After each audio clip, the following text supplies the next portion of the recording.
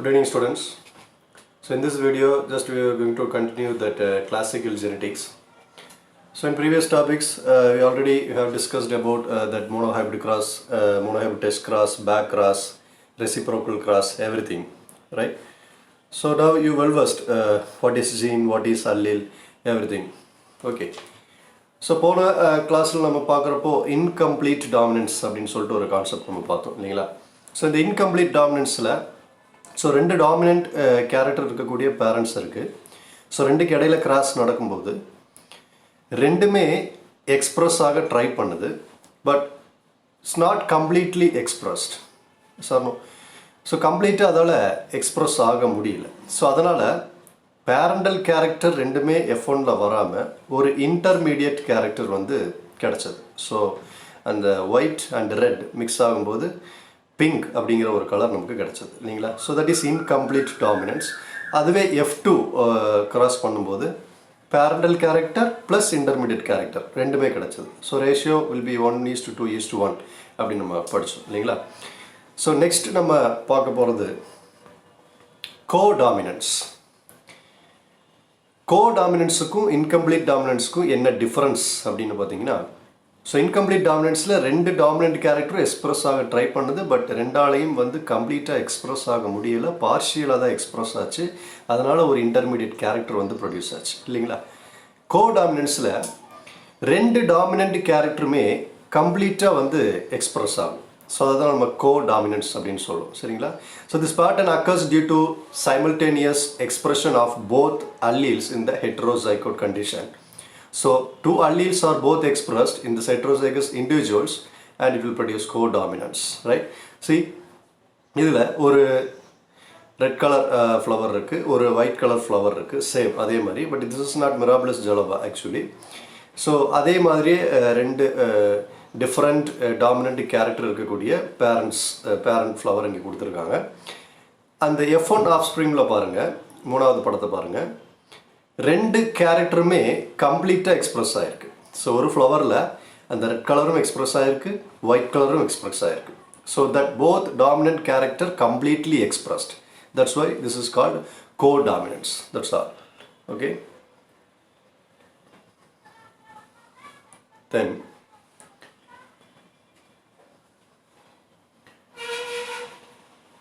example for this codominance in our textbook, they given camellia flower actually. So red flower of camellia and white flowers of camellia. So when both these flowers will be crossed, right, so we will get that both character in a single flower, white and red, both we will get, right. And apart from that, they given some other examples also.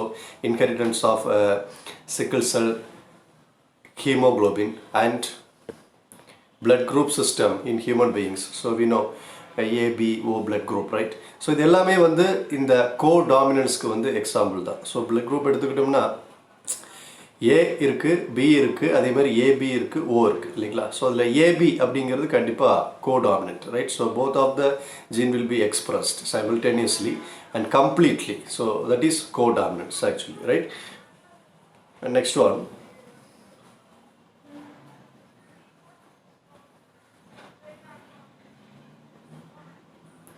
See, so the codominance was demonstrated in plants with the help of electrophoresis or chromatography for protein or flavonoid substance.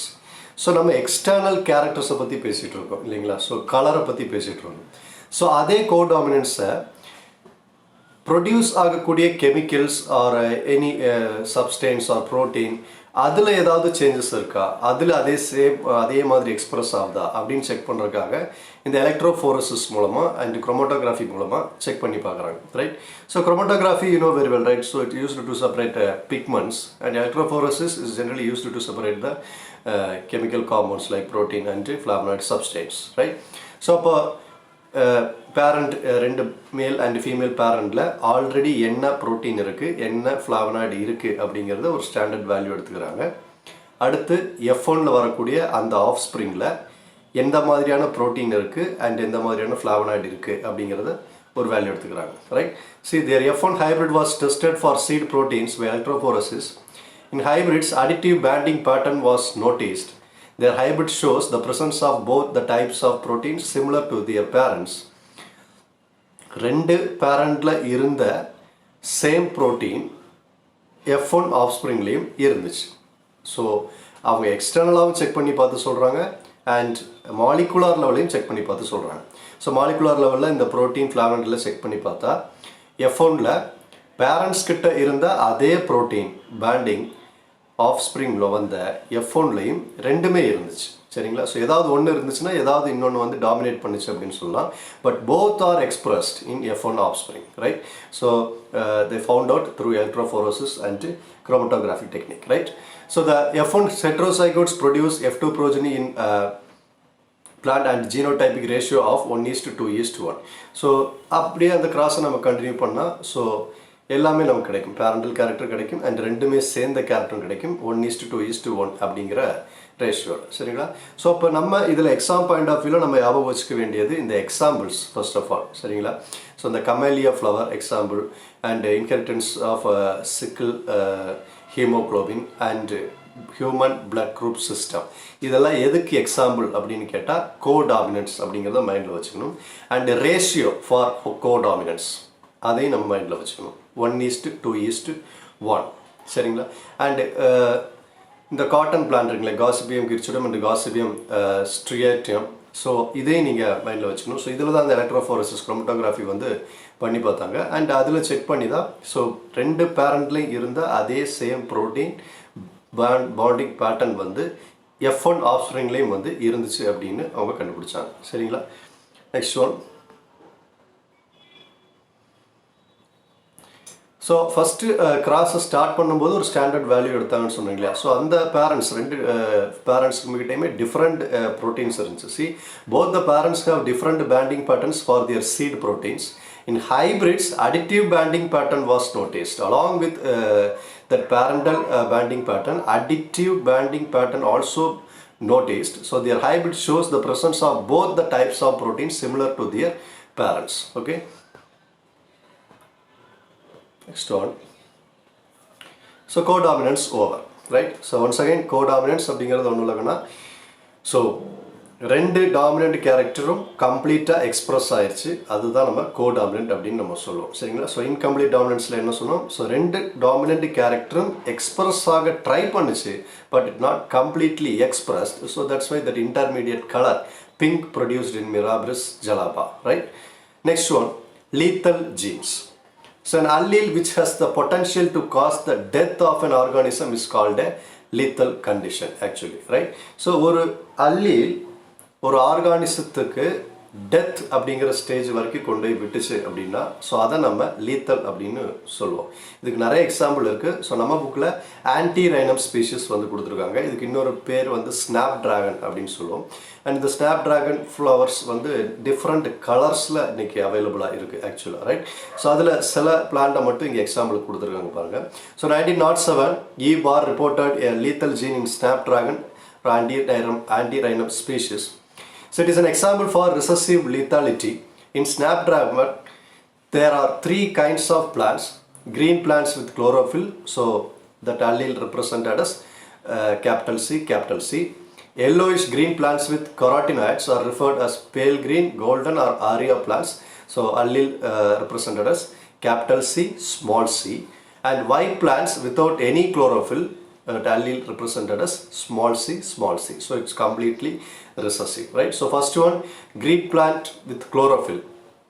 So அந்த condition வந்து lethal அப்படிங்கிற ஸ்டேஜுக்கு கொண்டு போய் விடாது because chlorophyll produce ஆகும். Because capital C is a dominant, right? It will produce chlorophyll. So chlorophyll இருந்துச்சு அப்படின்னா அதில் photosynthesis பண்ண முடியும். It can prepare their own food material, no problem, right? But if you take yellowish green plants with carotenoids, right? Here also one dominant allele is present, so no problem, konjam survey pannikum. But if you take last condition, white plants without any chlorophyll, small c, recessive condition, right? So here completely lacking of chlorophyll pigment, right? So it cannot prepare their own food material and it cannot do photosynthesis and it cannot survive, right? So that condition leads to death. So அப்போ ஒரு அல்லீலோட condition ஒரு ஆர்கானிசத்தை death அப்படிங்கிற stage வரைக்கும் கொண்டு போச்சுன்னா அதை நம்ம லித்தாலிட்டி அப்படின்னு சொல்லுவோம். சரிங்களா? ஸோ அதை கிரியேட் பண்ணக்கூடிய ஜீன்ஸை lethal genes அப்படின்னு சொல்லுவோம் சரிங்களா. ஸோ இந்த examples very very important right. So sometimes they will ask example for lethal genes or lethal genes-ஐ ப்ரூவ் பண்ணுறதுக்கு நீயே ஒரு எக்ஸாம்பிள் கொடு அப்படின்னு கேட்டால் நீங்கள் வெளியே இருந்து இந்த எக்ஸாம்பிள் எழுத தேவையில்லை, நம்ம புக்லேயே இந்த ஆன்டி ரைனம் ஸ்பீஷஸ் வந்து கொடுத்துருக்காங்க. ஸோ இந்த எக்ஸாம்பிளை நீங்கள் எழுதிக்கலாம். Sometimes they will ask in 3 mark R 2 mark. So அவ்வளோதான், 5 மார்க்கில் கேட்குற அளவுக்குலாம் எதுவும் இல்லை. ஒரு 2 மார்க்லேயோ இல்லை 3 மார்க்லேயோ வந்து கேட்கலாம். lethal gene என்ன, give an example அப்படின்னு கேட்டால் ஸோ அந்த definition an allele which has the potential to cause the death of an organism is called a lethal அப்படிங்கிற டெஃபினிஷன் எழுதிட்டு அண்ட் அது யாரை கண்டுபிடிச்சா யார் ரிப்போர்ட் பண்ணா அப்படிங்கிறத நீங்கள் எழுதிக்கலாம். So 1907 E. Barr reported a lethal gene in snapdragon. So இதெல்லாம் அடிஷ்னல் இன்ஃபர்மேஷன் அவங்க கேட்டாலும் கேட்காட்டி நீங்களே எழுதிருங்க சரிங்களா. ஸோ ஒரு 3 மார்க்கில் கேட்டால் ஸோ இப்போ இதில் ஸ்லைடில் போட்டிருக்கு பார்த்தீங்களா, இந்த பாயிண்ட்ஸ் எடுத்து நீங்கள் அப்படியே எழுதிக்க வேண்டியதா. ஸோ இதை அப்படியே நோட்டில் கூட காப்பி பண்ணி வச்சுக்கோங்க, அப்படியே படிச்சுக்கோங்க ரைட், நோ ப்ராப்ளம். ஸோ இது வந்து அந்த குரோமட்டோகிராஃபி எடுத்த ஒரு சார்ட். ஸோ அந்த கேபிட்டல் சி இருக்கிறது, கேபிட்டல் சி ஸ்மால் சி இருக்கிறது அண்டு ஸ்மால் சி இருக்கிறது. ஸோ மூணுக்கும் அந்த லீஃப் நீங்கள் அப்சர்வ் பண்ணி பாருங்கள். ஸோ 3 லீஃப்லேயுமே அந்த கலர் வேரியேஷன் வந்து நீங்கள் பார்க்கலாம். ஸோ இதில் 2 இருக்குது, 2 கலர் வேரியேஷன் நீங்கள் பார்க்கலாம் சரிங்களா. ஸோ ஒன்றில் வந்து பேல் கலரில் இருக்குது அண்ட் இன்னொன்றில் கம்ப்ளீட்டாக க்ரீன் கலரில் இருக்கும் அண்ட் இன்னொன்று இருக்குது அதில் இல்லை, கம்ப்ளீட்டாக ஒயிட் கலரில் இருக்கும். ஸோ அதுதான் ஸ்மால் சி ரிசசிவ் அல்லீல்ஸ் வந்து இருக்கக்கூடியது சரிங்களா. ஸோ அந்த ஸ்மால் சி இருந்துச்சு அப்படின்னா so it's completely it will become a lethal, that's all. It will leads to lethal condition for that particular plant. Example, this snapdragon. Okay. So the term lethal is applied to those changes in the genome of an organism which produces effects severe enough to cause death. So the fully dominant or fully recessive lethal allele kills the carrier individual only in its homozygous condition. So the F2 phenotypic ratio will be 2:1 or 1:2 respectively. So இதே நம்ம மறுபடியும் இந்த lethal gene இருக்கக்கூடியதை வேறு எது கூடயாவது cross பண்ணோம் அப்படின்னா right. So கண்டிப்பாக 2:1 ஆர் 1:2 அப்படிங்கிற ரேஷியோ வந்து நமக்கு கிடைக்கும் சரிங்களா. Last one pleiotropy. A single gene affects multiple traits, right? So generally we know a single gene control a single character அப்படின்னு நம்ம நினச்சிட்டு இருந்தோம், பட் அது இல்லை after the discovery of this pleiotropy right. So அந்த மாதிரியும் இல்லை அப்படின்னு ப்ரூஃப் ஆச்சு. ஆக்சுவலாக சிங்கிள் ஜீன் வந்து மல்டிபிள் கேரக்டர்ஸை ஆர் மல்டிபிள் ட்ரைட்ஸை கூட கண்ட்ரோல் பண்ணலாம் right. So the single gene affects multiple traits and later the phenotype of the organism also. So the pleiotropic gene influences a number of characters simultaneously and such genes are called pleiotropic gene. So ஒரு ஆர்கானிசத்தில் pleiotropic gene அப்படின்னு ஒன்று இருந்துச்சுன்னா அந்த gene அந்த same ஆர்கானிசத்தோட மோர் தேன் 1 கேரக்டரை control பண்ணும். So அந்த மாதிரி ஜீனை நான் பிளியோட்ரோபிக் ஜீன் அப்படின்னு சொல்கிறேன். For example, were crossed with a variety of peas having white flowers, light colored seeds and no spot on the axis of the leaves, the 3 traits for flower color, seed color and spot all were inherited together as a single unit, right? So இது எல்லாமே ஒரு single ஜீனால் ஏற்படக்கூடிய change. So another example is sickle cell anemia, right?